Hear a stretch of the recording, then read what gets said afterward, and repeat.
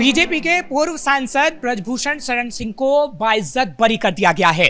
महिलाओं के यौन उत्पीड़न के मामले में आज उन्हें बाइज्जत बरी किया गया। राउ रेवेन्यू कोर्ट से नवेंदु शेखर मेरे साथ जुड़ रहे हैं इस पर बातचीत करने के लिए। नवेंदु, जिन पर बड़े बड़े आरोप लगाए गए थे और महिला पहलवानों ने कहा था कि नहीं छेड़ा गया, ऐसी हरकत की गई, वैसी हरकत की गई, कोर्ट तो कह रहा है कोई हरकत नहीं हुई और आज बाइज्जत बरी कर दिया गया। निश्चित तौर पर बहुत बड़ी खबर है और यह खबर उन लोगों के लिए एक बहुत बड़ा झटका है जिन लोगों ने ब्रजभूषण शरण सिंह के खिलाफ बहुत बड़ा प्रोपगेंडा फैलाया था। हमें याद है जंतर मंतर की वो तस्वीरें, कैसे प्रियंका गांधी से लेकर राकेश टिकैत, योगेंद्र यादव से लेकर तमाम बड़े नेता वहां पर पहुंचे थे और उन लोगों ने पूरे देश में यह माहौल बनाने की कोशिश की थी कि नरेंद्र मोदी के शासनकाल में देश की महिला पहलवानों के साथ बुरा बर्ताव होता है और सबसे आगे कतार में कोई खड़े हैं तो वो हैं ब्रजभूषण शरण सिंह। लेकिन आज दिल्ली की राउ रेवेन्यू कोर्ट ने ब्रजभूषण शरण सिंह के सपोर्ट में फैसला देकर बहुत बड़ी जीत उनकी दर्ज कर दी है और ये उन लोगों के लिए बहुत बड़ा झटका है जो इसको बहुत बड़ा मुद्दा बना रहे थे। क्योंकि देखिए मामला कहां से शुरू हुआ था।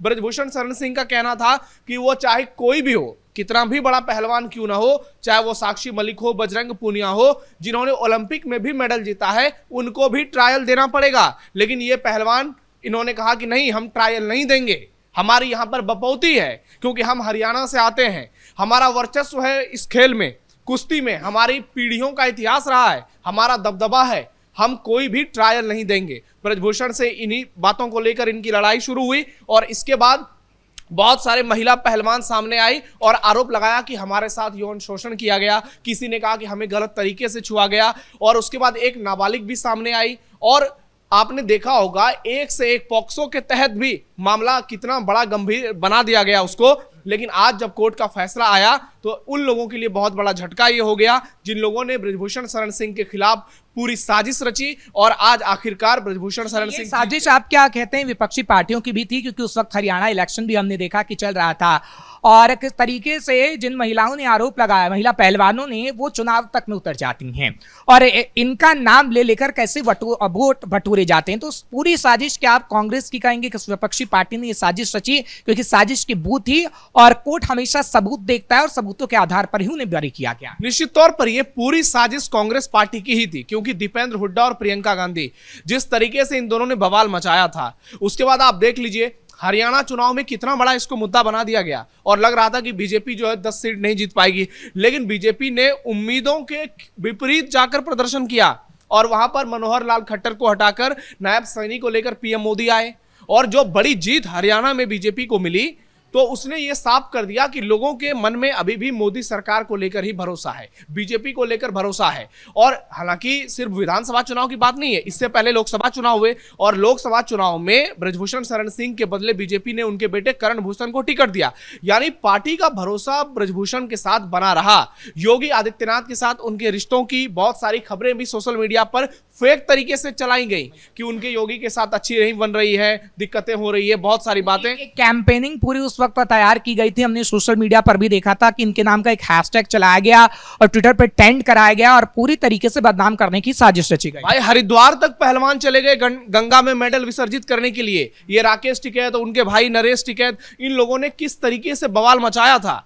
आज देश के लोग देख रहे हैं, वो इस बात को समझ गए हैं कि ये कांग्रेस पार्टी, इसका एक ही प्रोपगेंडा रह गया है कि नरेंद्र मोदी को कुर्सी से हटाने के लिए कुछ भी करो। कभी पेगासिस का मुद्दा उठाओ, कभी राफेल का मुद्दा उठाओ, कभी आप देखिए हर बार संसद सत्र चलता है कुछ ना कुछ ऐसा हो जाता है कि सरकार को कटघरे में खड़े करने की कोशिश होती है। लेकिन अभी संसद सत्र चल ही रहा है, इसी बीच ब्रजभूषण शरण सिंह बाइज्जत बरी हो गए हैं।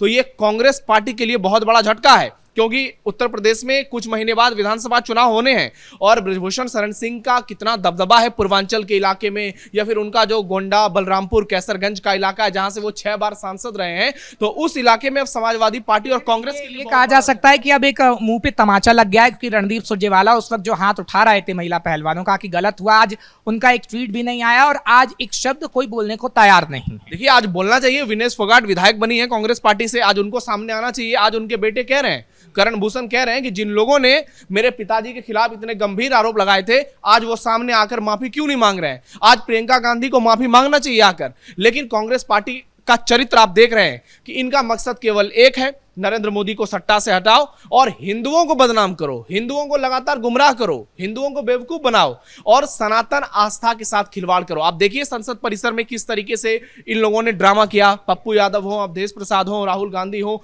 तो इनका नैरेटिव साफ साफ समझ में आता है कि सत्ता के लिए ये लोग बहुत नीचे तक गिर सकते हैं। देश के पीएम पर आरोप लगा सकते हैं, ऐसे सांसद पर आरोप लगा सकते हैं जिसने देश की कुश्ती की तस्वीर बदली है। और अब तो यह भी हो सकता है कि ब्रजभूषण शरण सिंह को रेसलिंग फेडरेशन ऑफ इंडिया का दोबारा से अध्यक्ष बना दिया जाए। नहीं, आपने एक बात कही, क्योंकि कई हमने पहलवानों को देखा है जो सामने आए, चाहे फिर महाराष्ट्र के हों, अलग अलग इलाके के हों, जिले के हों, उन्होंने कहा ब्रजभूषण शरण सिंह ने हमारा करियर बनाने का काम किया। लेकिन एक ऐसा आरोप लगाया गया जो पूरी तरीके से छवि को बदनाम कर देता, लेकिन जो कोर्ट में हमने सबूत देखे हैं उस आधार पर उन्हें बरी किया गया। देखिए, कांग्रेस पार्टी का शासन होता था जब, आप देखिए हरियाणा और पंजाब, ये दो स्टेट्स ऐसे रहे जहां से ज्यादातर खिलाड़ी सामने आए।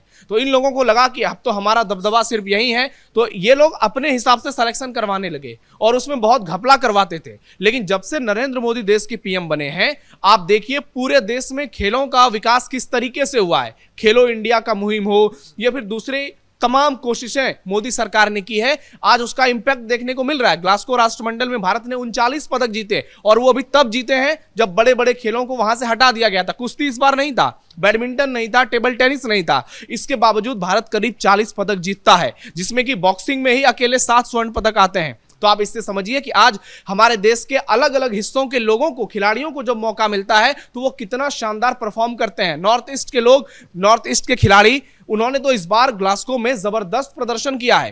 तो हर जगह बहुत बेहतर विकल्प हैं, बस जरूरत है उनको तराशने की, और ये सरकार वही कर रही है। जहां भी बेहतर खिलाड़ी मिल रहे हैं उनको मौका दे रही है। क्षेत्रवाद नहीं चलेगा, जातिवाद नहीं चलेगा, और ये जो लॉबिंग होती है ये सब अब नहीं चलेगा। सिर्फ उन लोगों को आगे बढ़ाया जाएगा जो लोग असल में टैलेंटेड होंगे। हमने देखा कि बीजेपी में ऐसे बहुत सारे सांसद और विधायक बने हैं जिनका बैकग्राउंड जो है वो बहुत ही नॉर्मल रहा है। तो अब ऐसे खिलाड़ी भी सामने आ रहे हैं जो कि बहुत गरीब परिवार से रहे हैं, जो कि एक समय में नॉर्थ ईस्ट में आप देखिए वो देश के मुख्य हिस्से से पूरी तरह से डिस्कनेक्ट था। लेकिन आज नॉर्थ ईस्ट के पहलवान हो, नॉर्थ ईस्ट के बॉक्सर हो, नॉर्थ ईस्ट के बड़े खिलाड़ी हो, आज बड़े बड़े प्लेटफॉर्म पर वो जलवा दिखा रहे हैं। और कुश्ती में बड़ी भूमिका ब्रजभूषण शरण सिंह की रही है, जिनकी वजह से न सिर्फ कुश्ती की तस्वीर बदली है बल्कि भारत में खेल को एक नई ऊर्जा मिली है। और आने वाले दिनों में इसका बड़ा इंपैक्ट भी आपको देखने को मिलेगा। शुक्रिया। फिलहाल विपक्ष के मुंह पर एक करारा तमाचा लग चुका है और ब्रजभूषण शरण सिंह को बाइज्जत बरी कर दिया गया है।